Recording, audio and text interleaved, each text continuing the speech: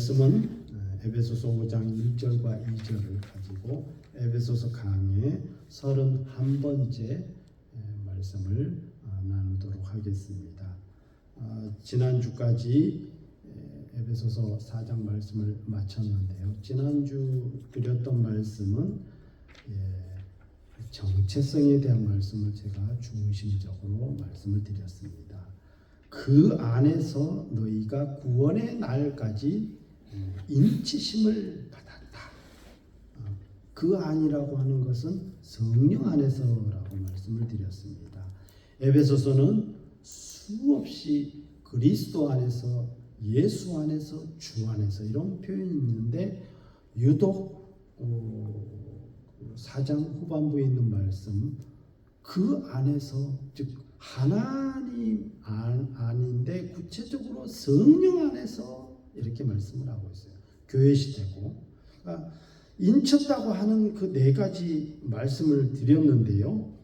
너는 내 것이다는 소유에 관한 뜻이 있다고 말씀을 드렸어요. 하나님이 저와 여러분들이 너는 내 것이야. 예수 그리스도로 너희는 내 것으로 삼았어. 두 번째로는 보호와 보존. 내가 완전히 봉인했어. 봉합했어. 누구도 너희를 건드릴 수 없어 하는 그런 뜻이고요. 세 번째로는 보증, 하나님의 공식 인증입니다. 인장과도 찍은데 제가 지난주에는 이 말씀을 조금 미스했어요. 빠뜨렸어요. 그럼 그 공식 인증이라고 하는 것을 우리가 일반적으로 우리 삶 속에서는 도장 혹은 사인입니다. 이건 내 거다. 이제는 요건 나의 소유야. 그런데 하나님은 우리에게 어떤 사인을 하셨냐 이 말이에요. 아주 중요한 거. 그래서 왜 성령이라는 표현을 썼냐면 바로 이 문제 때문에 그래요. 성령이 우리 안에 거하시면서 제가 늘 자주 인용하는 구절이 있죠. 고린도전서 12장 1절, 2절, 3절. 성령이 아니고서는 그리스도를 주라 시인할 수 없다. 이렇게 딱 표현. 그러니까 성령이 계시기 때문에 너희가 예수 그리스도가 나의 구주라는 걸 고백할 수 있다는 거예요. 성령이 아니고서는 절대 고백할 수 없다. 그게 바로 인장이라는 거예요. 사인. 성령을 보내셔서 네가 내 아들인지 내 자녀인지 하나님의 사랑을 입었는지 아닌지 성령을 통해서 증거가 된다. 바로 인쳤다는 의미 세 번째 이유가 그겁니다. 네 번째는 뭐냐면 완료를 향한 과정. 그죠? 현재 머물러 있는 것이 아니라 내가 너희를 자녀 삼아서 지금은 너희 모습 가운데 옛 모습이 나올 수 있다. 거짓말할 수도 있고 분노를 낼 수도 있고 옛사람의 모습일 수 있지만 그럼에도 불구하고 성령 안에서 그리스도의 날까지 완료가 될 때까지 너희는 마침내 하나님의 자녀로 내가 이끌어 갈 거야. 이 네 가지. 절대적으로 이것은 바뀌지 않아. 하나님의 강력한 의지를 표현한 말씀이에요. 누구에게 주신 말씀이면 교회를 향해서 주신 말씀, 저와 여러분들에게 주시는 말씀. 이보다 더 확실한 그 하나님의 자녀인 인증이 뭐가 있겠냐 이 말이에요. 그건 나의 의지하고 관계가 전혀 없습니다. 여러분 자녀들 한번 생각해 보세요. 여러분 의지로 여러분들이 부모를 선택했네요. 아니라니까. 부모의 사랑으로 여러분들이 나온 거야. 하나님의 사랑과 은혜로 저와 여러분들이 하나님의 자녀가 된 거예요. 그걸 네 가지로 표현한 거예요. 이렇게까지 내가 그러니까 저는 믿음이 없어서 제가 하나님의 자녀답게 살지 못해서 내가 하나님의 자녀인가? 난 구원받았나? 그거하고 관계없다니까요. 어린 자녀가 어떻게 알아 부모를. 잘 모르죠. 느끼는 거예요. 난 하나님 사랑을 받고 있구나. 확실한 거. 그래서 제가 지난주 말씀을 조금 더 보충을 했습니다. 그리고 이제 5장 그러므로 항상 이 접속사 그러므로가 되게 많아요. 그죠? 근데 그러므로는 말 그대로 결론적인 말씀이고 그 내용은 구체적으로 4장 17절로부터 32절까지의 말씀에 대한 결론입니다. 그래서 삶의 결론을 표현하고 있는데 조금 요약하면 옛사람을 벗어버리고 그리고 새 사람을 입으라. 그리고 거짓을 버리고 진실을 말하고 분노를 죄로 키우지 말고 성령을 근심하게 하지 말라. 이게 그러므로 너희는 그렇게 하나님의 자녀답게 살아라 하는 내용입니다. 이 내용들을 한마디로 여기 5장에 표현을 하고 있는데 그게 뭐냐면 하나님을 본받는 삶인 거예요. 옛사람을 벗어버리는 것, 거짓말을 버리는 것, 분노 이런 여러 가지 것들을 버리는 것들이 하나님을 본받는 삶이라고 5장에 표현을 하고 있는 내용이다. 이게 결론인 거죠. 그러나 우리가 간과하지 말아야 할 것이 있습니다. 기독교 윤리는 어떤 규칙을 더 지키는 삶이 아닙니다. 존재 자체 즉 정체성 각인이고 정체성 회복입니다. 내가 하나님의 자녀라는 것, 내가 하나님의 사랑을 입었다는 것, 그것이 너희는 하나님을 본받는 자의 삶이 되는 거예요. 이것을 성경은 구체적으로 표현하기를 그러므로 우리는 이것들을 버리고 이렇게 행해야 돼. 하나님의 자녀로서의 삶, 그것을 한마디로 요약하면 그것은 하나님을 본받는 삶이고, 이것을 구체적으로 표현하면 따라하십시다. 사랑받는 자녀같이. 그렇게 나와요. 그러므로 사랑받는 자녀같이 너희는 하나님을 본받는 자가 되고, 이렇게 표현하고 있는 것입니다.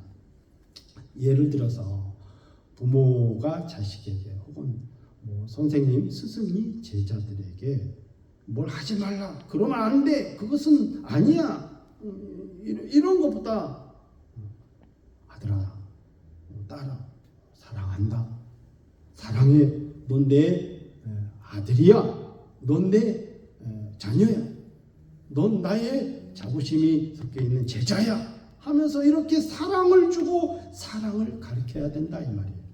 하나님을 본받는 자는 뜻풀이를 하면 흉내낸다 혹은 따라한다라는 의미인데, 우리는 이 말씀에서 아주 중요한 교훈을 발견해야 됩니다. 이 바울은 에베소 교인들에게 그러므로 너희는 하나님처럼 살아라, 그런 의미가 아니에요. 하나님처럼 살아라 하면 아무도 그렇게 못 살아요. 하나님의 자녀처럼 흉내내라, 이런 말씀이에요. 나온 것처럼 사랑받는 자녀같이 이렇게 되어 있어요. 사랑하시는 하나님처럼 하나님같이 살아라, 그렇게 어려운 숙제 주지 않았어요. 사랑을 받는 자녀. 그래요. 그죠. 부모와 자녀는 갭이 엄청나게 큽니다. 그 간격이 어마어마하죠. 자녀가 어떻게 부모처럼 될 수 있어요? 부모처럼 행동할 수도 없고요. 그러나 모양과 모습은 닮아야지. 제가 얼굴이 좀 까맣거든요. 내 새끼도 까매야 정상이죠. 우리 집사람은 하얗거든요.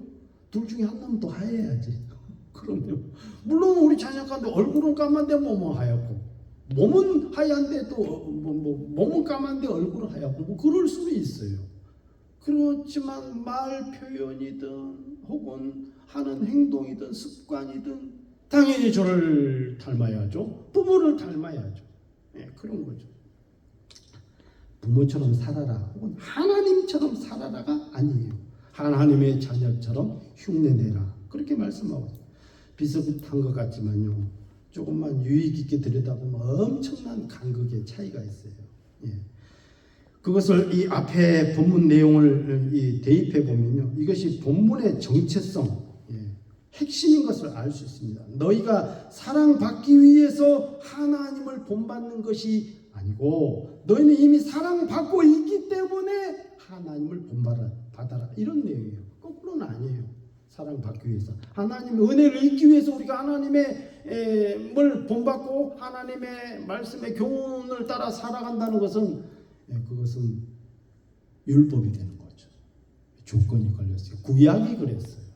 네가 하나님의 복을 입으려면 너는 안식일을 지켜라, 살인하지 말라, 쭉 그런 조건적인 율법이 걸려 있었습니다. 다 죽었어요. 그러나 그것이 순서가 바뀌게 되면요, 너는 내 은혜를 입었잖아. 너는 내 사랑을 받았잖아. 그렇기 때문에 너희는 하나님의 자녀야. 내 자녀야. 이것은 율법이 아니라 복음이 되는 것입니다. 같은 내용인 것 같은데 순서가 바뀌었는데요. 엄청난 큰 차이가 있다 이 말이에요. 이렇게 살면, 이렇게 본받으면 하나님이 사랑하실 거야. 하나님의 사랑을 받을 거야. 그런 것이 아닙니다. 너희는 이미 사랑을 받은 자이다. 이게 바로 정체성의 문제입니다. 엄청난 차이고, 이런 정체성 확립은요, 어마어마한 우리의 삶의 에너지원이 되고 폭발적인 능력이 되는 것입니다. 사랑 많이 받은 자들은 자신감이 있어요. 그 자녀들이. 다릅니다. 그리고 5장 2절의 내용도 마찬가지입니다. 너희가 사랑 가운데서 행하라. 제가 아마 벌써 한 달이 됐나요? 한 3, 4주 전에 그런 말씀을 드렸어요. 이 모든 글은 꼴이 있다. 즉 태, 능동태냐, 수동태냐, 중간태냐 설명하면서 시제에 대한 말씀을 드렸는데, 그게 뭐냐면 현재 진행형.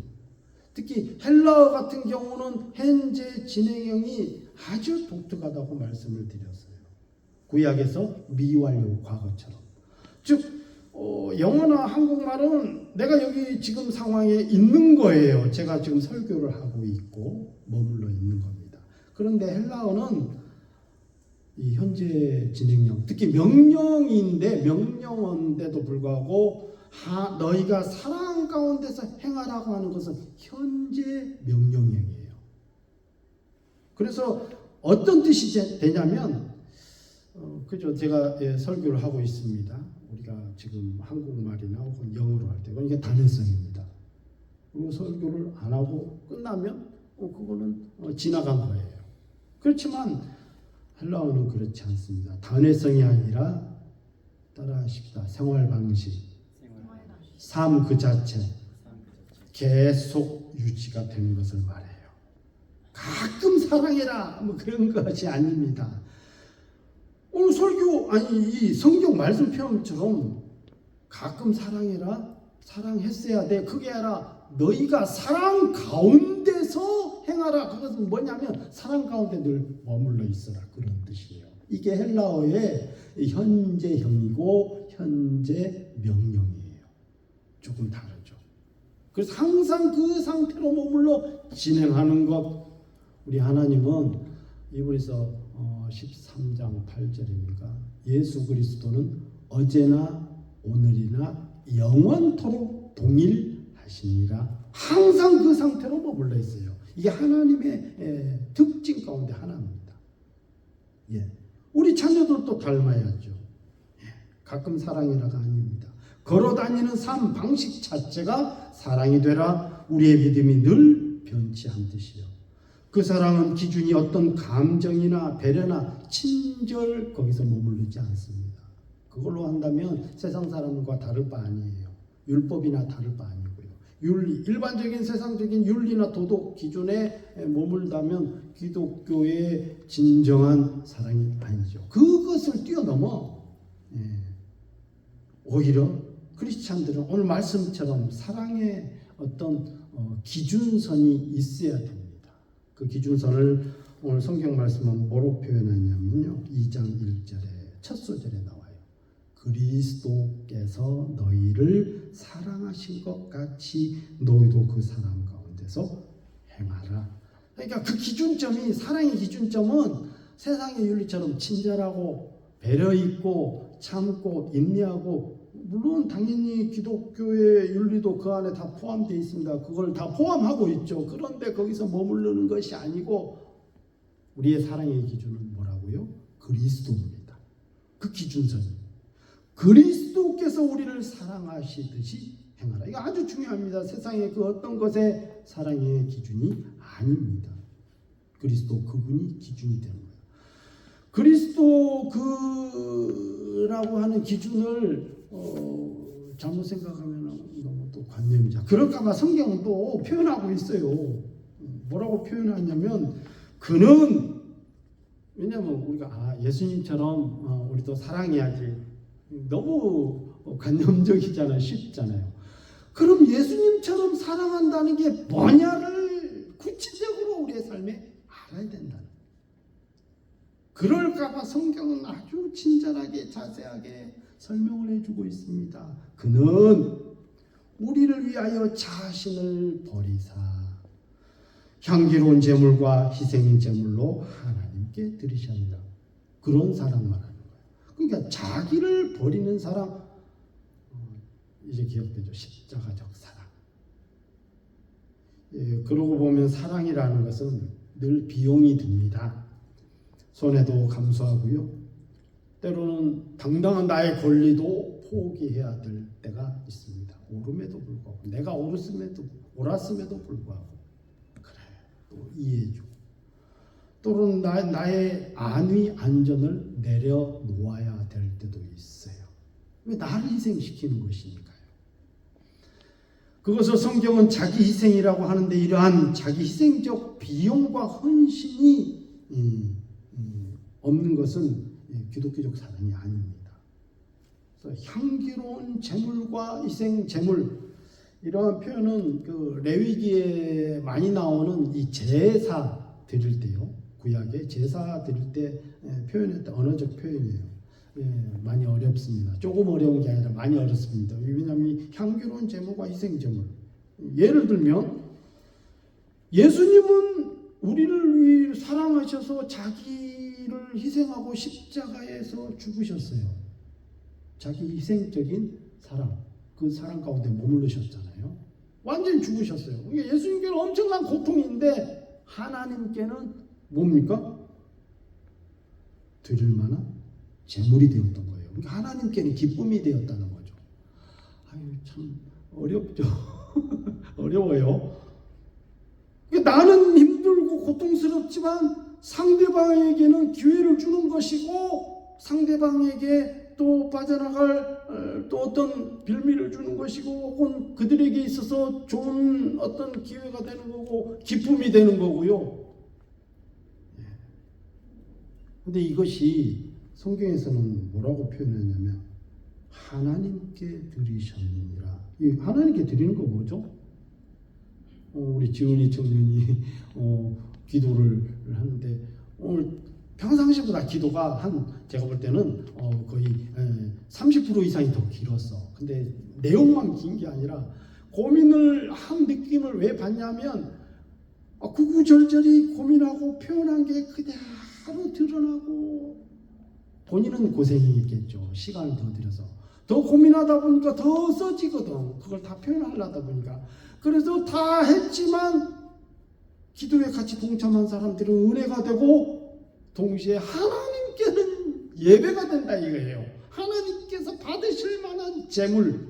여러분, 예배를 우리가 지금 여러분들이 지금 와서 드리고 있잖아요.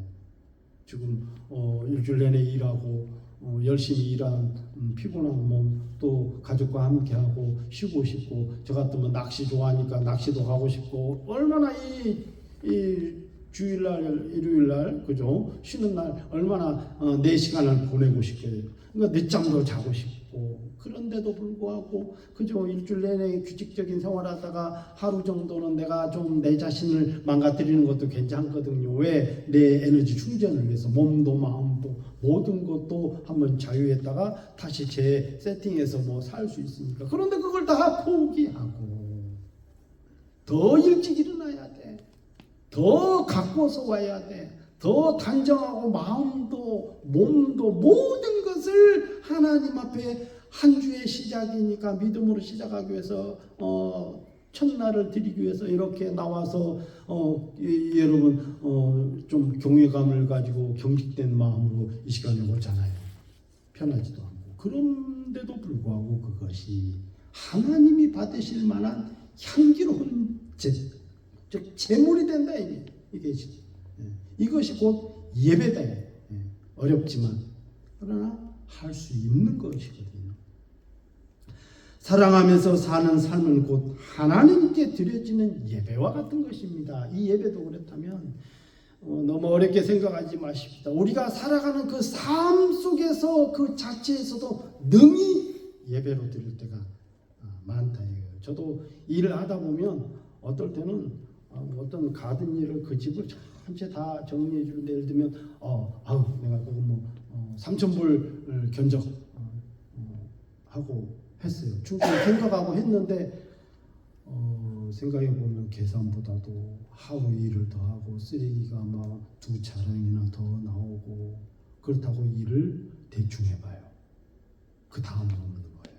그렇지만 1,000불을 받아도 100불을 받아도 3,000불을 받아도 돈을 받은 거고 그 사람은 정당한 페이를 한 거고 그렇기 때문에 받은 것 이상으로 그에게 만족을 주기 위해서 더 많이 더 희생적으로 더 깔끔하게 나이스하게 할 때 그 사람들 볼 때는 기분이 너무 좋은 거예요. 우리는 희생했지만 근데 이 자체가 제가 목사라는 것도 알고 있고 크리스찬이라는 것도 알고 있고 믿음의 사람이라는 것도 알고 있고 모르지만 결국 나를 알게 돼 있거든요. 그런데 그것이 그 사람들이 볼 때는 기쁜 일이에요. 참 일 나이스하게 한다. 너무 일 멋지게 한다. 정직하게 한다. 어떤 사람들은 맡겨놓고 갚으래요. 알아서 하고 가세요. 돈 입금해 드릴 테니까. 그럼 대충 하고 가버릴 수 있잖아요. 일 다 했어요. 근데 왜 이게 일 꼼꼼하게 안 됐어요? 저 일 충분히 다 했어요. 그것을 끝인 거예요. 그렇지만 없어도 불구하고 왔더니 이게 우리 집 맞아요? 야, 이렇게 깨끗하게 이렇게 멋지게 하는 경우는 처음이에요. 하면서 칭찬을 해주고 우리는 고생이잖아요. 고생이지만 그 삶 자체가 결국은 내가 크리스찬이라는 걸 알게 될 거고 목사라는 걸 알게 될 거고 결국은 하나님이 그 삶 자체를 예배로 받으신다 이 말이에요. 그 사람 가운데 머문다는 것은 여러분이 하는 일이 가정일이 되었든 공부가 되었든 혹은 여러분 사업이 되었든 혹은 어떤 삶의 커뮤니티 안에서 만나는 삶이 되었든 그 삶 자체 예수님처럼 기준을 했잖아요. 사랑 안에서 가라는 것을 그리스도 기준을 줬으니까 내가 좀 더 손해보고 그럼요. 누군가 나를 만나면 에너지가 폭발이 돼야 돼요. 누군가 나를 만나는데 에너지가 뚝뚝 떨어지면 안 되잖아요. 저 사람 가까이 하기 싫어. 그러면 안 되거든요. 연예인들도요, 자기들이 그러죠. 많은 사람들에게 에너지를 주기 위해서 얼마나 자기들이 특히 개그맨들, 제가 볼 때는 참 가끔 유튜브나 뭐 방송을 보면 개그맨들 정말 천재다. 노래를 못합니까? 웃기기를 못합니까? 연기를 못합니까? 못하는 것 없이 다 잘해. 진짜 내가 볼 때는 이야 어마어마하다. 근데 그 사람들 보면 목소리도 틀려요. 뭐 그냥 일반 연예인들은 드라마만 잘하면 되잖아. 얼굴만 잘생기면 연기만 잘하면 되는데 그래서 뭐 톤이 낮을 수도 있는데 개그맨들은 톤까지도 최소 기본이 소리야. 도레미파 솔부터 무슨 말을 해도 그랬어 이렇게 해요. 그러면 이래가지고 망하는 부분은 없어. 솔부터 도까지도 올라가. 그랬냐 하고 막 올라가면 이상하게 에너지가 폭발이 됩니다. 저도 참 그런 게 부족해서 많이 노력을 하려고 그래요. 우리 집사람만 하면 어떻게든지 우리 집사람한테 내가 행복하게 해주는 일이 많이 없는데 이왕이면 그래? 일부러요. 소를 올리려고 그래요. 그랬어? 그럼 화났던 거 혹은 서운했던 것도 팍 풀어지잖아요. 에너지가. 누군가 그 자체가 삶의 예배가 아니냐 이 말이에요. 지금까지 이제 앞으로도 또 마찬가지로 다음 주에도 또 말이 나와요. 이 말이 얼마나 중요한지. 얼마나 중요한지 아세요? 하나님이 말씀이시잖아. 이게 높임말이니까 말씀이고 그냥 평어 같은 말이에요. 말. 생명의 언어. 우리의 영혼을 살리는 말씀. 우리 하나님은 그런 분이에요. 그런 능력을 저와 여러분들에게 주셨는데 그럼요. 우리의 삶 속에서 그리스도께 때로는 억울하지만 비참하지만 그리스도께서 고개를 떨굴고 참으실 때도 있었고 억울하지만 얼마나 말로 표현하고 싶겠어요. 답답하지만 얼마나 거기에 대해서 항변하고 그렇지만 고개를 숙이고 때로는 때로는 어떤 일이 있어서는 의의 분노를 내서 자기가 욕을 먹을 걸 알면서도 하나님의 성전을 더럽히는 것에 대해서 또 때로는 자상한 말씀으로 그들에게 깨우침과 그리고 상담가로서 혹은 말씀, 어떤 때는 선포적인 말씀으로 우리의 삶 속에서도 많이 있습니다. 아까 제가 말씀드린 것처럼 하나님처럼 살아라. 그렇죠. 우리가 자녀들을 사랑하면서 때로는 제가 지난주도 말씀을 드렸잖아요. 제가 나이가 들었는데도 불구하고 지금도 성장하는 것 같아요. 또 성장을 향해서 나아가야 될 것 같아요.